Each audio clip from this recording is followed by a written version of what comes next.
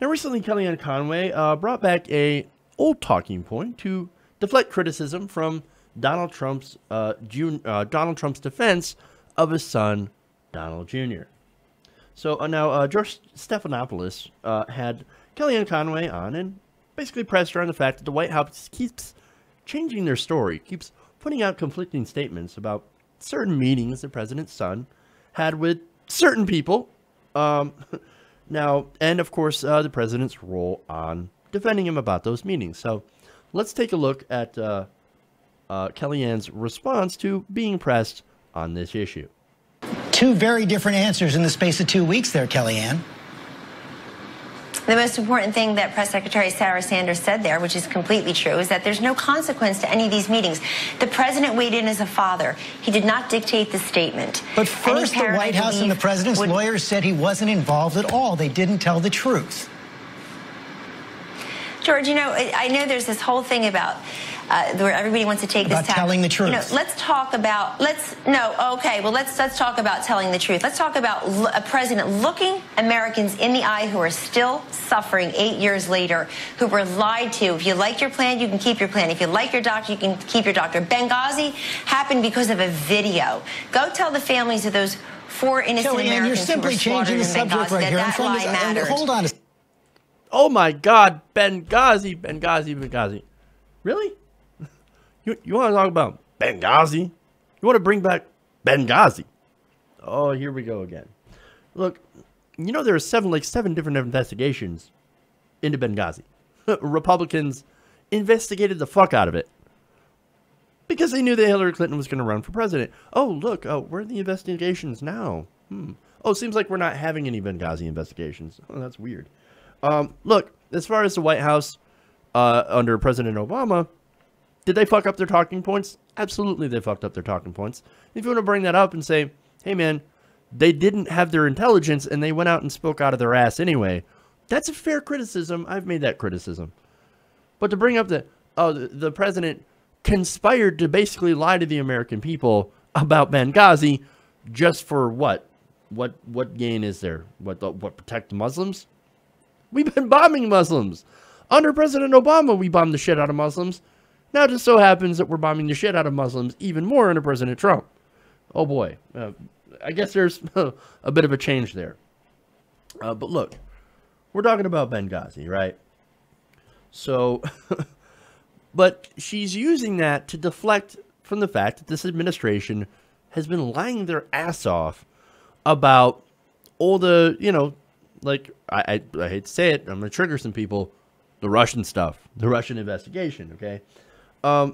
Look, the reason that matters, again, since they lied about it, is that this entire meeting is, yes, it's collusion. It's not illegal in this case, but it could have been in violation of campaign finance law if this Russian lawyer had actually given Donald Trump Jr. information that he used. Now, and I'm sure if she had that damaging information against Hillary Clinton, that he would have used it. And that would have been a violation of campaign finance law. So that would be a problem. Trump Jr. first lied about that, said the meeting was just nothing more than a meeting about adoption. Big lie. And they had all their surrogates out there saying essentially the same thing. And then it turns out, no, it wasn't. New York Times story ran it. And then Trump Jr. said, okay, I'm just going to release my emails, which showed what he was actually there for, and that was just to get dirt on Hillary Clinton. So there's your context there. Now, Kellyanne, she is not finished yet. Let's take a look. George, the president has said the entire investigation is fabricated, that this is a conclusion in search of evidence. They've come up with nothing. We've been doing this for almost about a year now. And what is there to show for it? What has actually metastasized in a way that we can say, wow, there's a smoking gun? I spent a lot of time with you during the campaign as a campaign manager on your 2 programs, and others did with ABC as well.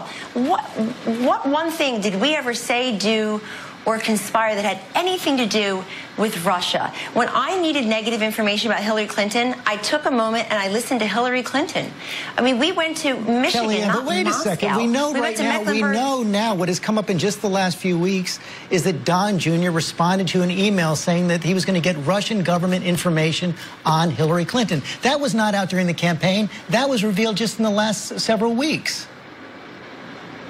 Right, but what came of that meeting? Nothing. Jared Kushner shared with the House and Senate committees and then with all of us in a public statement at the White House about 10 days ago, George, that he had texted an aide and said, please get me out of this meeting. It's a waste of time. If you're getting dirt on your political opponent, if you're getting the silver bullet and the secret sauce on how to win the election, you don't ask your aide to pull you out of the meeting. You say, please order lunch. Let's just stay a while. There's nothing. It was nonsense. It was a ridiculous meeting. It was nothing. People want to offer their services and have meetings all of the time. Believe me, I know you know this. But let's look at the consequence. No follow-up, no results.